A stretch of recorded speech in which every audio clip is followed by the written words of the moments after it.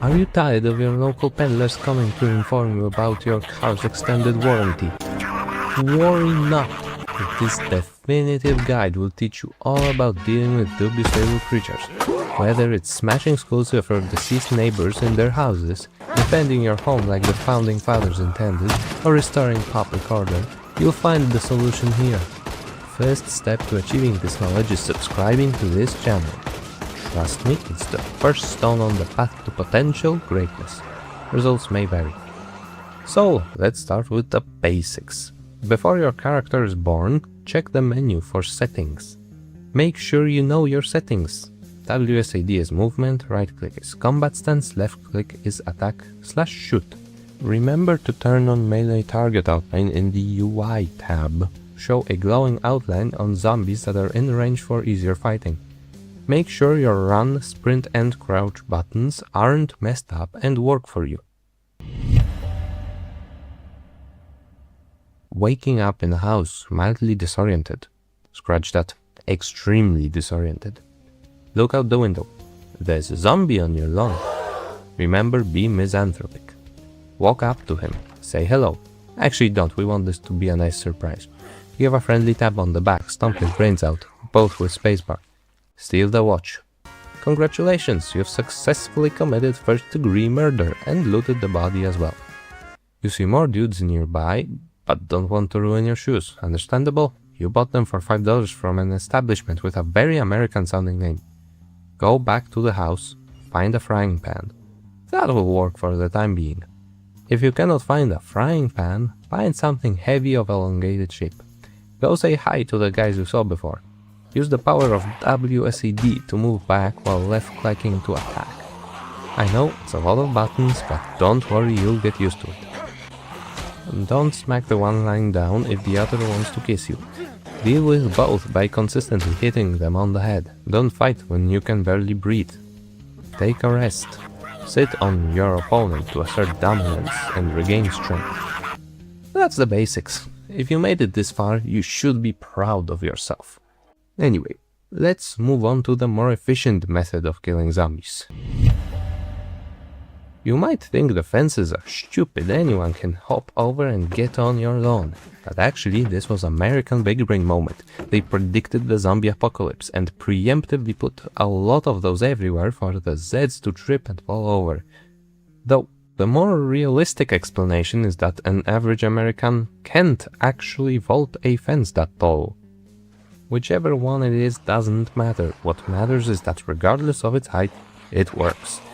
Bait the drunkards to follow you to the objects of power. You jump over, they fall over and frantically try to get your feet. Flank them from the blind side, smack those perverts with an axe to teach them a lesson.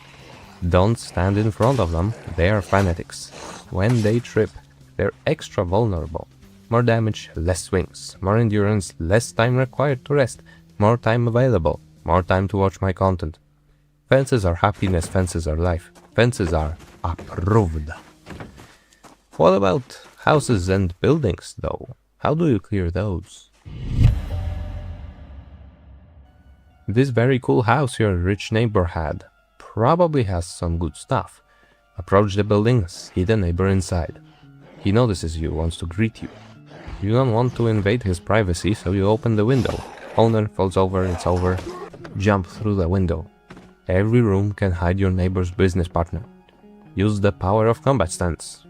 Lock in, check rooms one by one. Do not let your guard down. You will get jump scared. If you do not want to get jump scared, then go play cookie clicker. When building and immediate area clear, then start looting. Next house got the owner and all his friends having a party. You were not invited. You must get your vengeance. FBI, open up. Wait for everyone to go outside. Commit homicide. Repeat till nobody inside. Okay, but what if I have a gun? Gun is strong.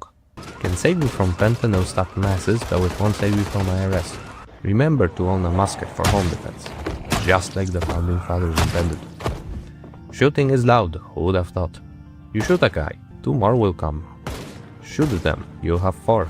It's like Hydra, and yes, you'll end up with a horde. Easy way to get the agents of evil to calm all other hideouts.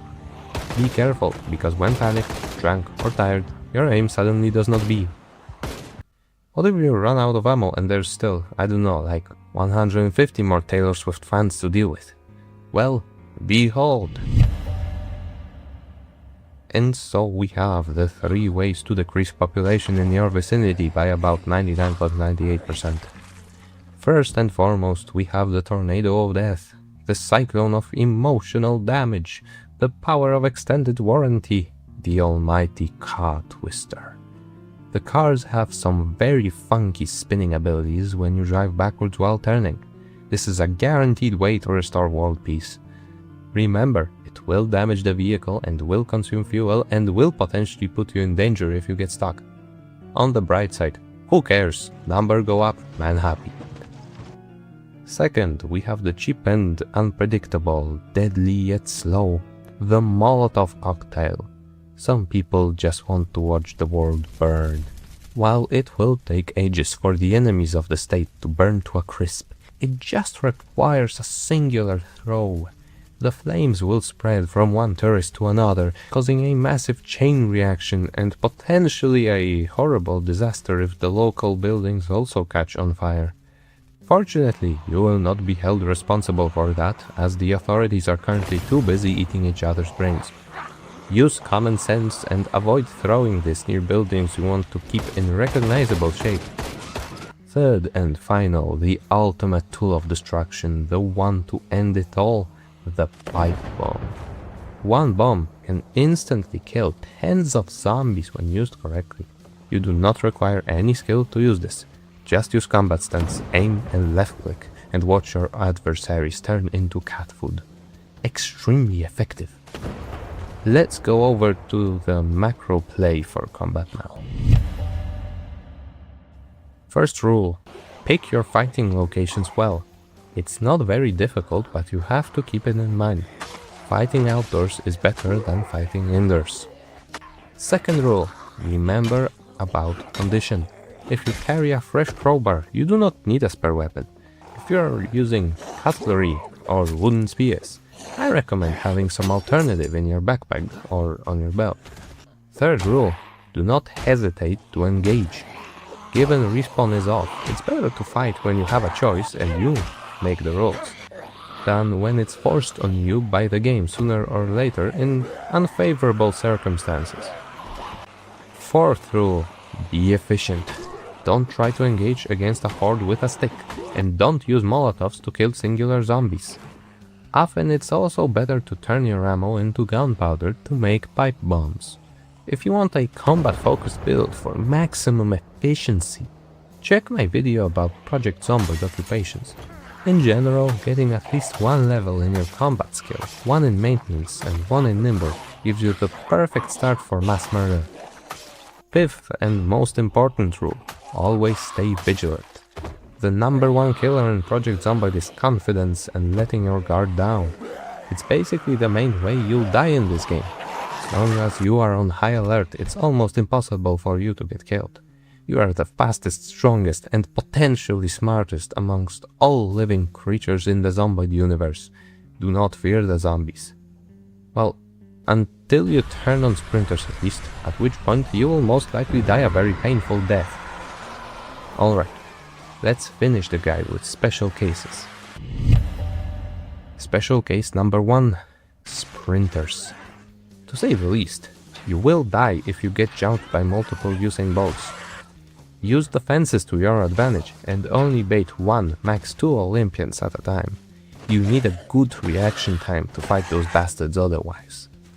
Special case number 2, surrounded by evil dudes. If you have no space to work with, run through the bozos. You might just be able to slip through their arms. Don't run straight through the group. Try to go through the gaps between them and any objects or walls present. Special case number 3. Cannot target the zombie on the floor. You can hold left alt, which is the default hotkey for this, to force target the zombie on the floor. Special case number 4. Your car broke in the middle of doing the twister. Long story short, You are now surrounded by a horde of zombies. And you're probably dead. You really should have checked the engine before starting to spin like a very deadly overweight ballerina. Still, this is salvageable.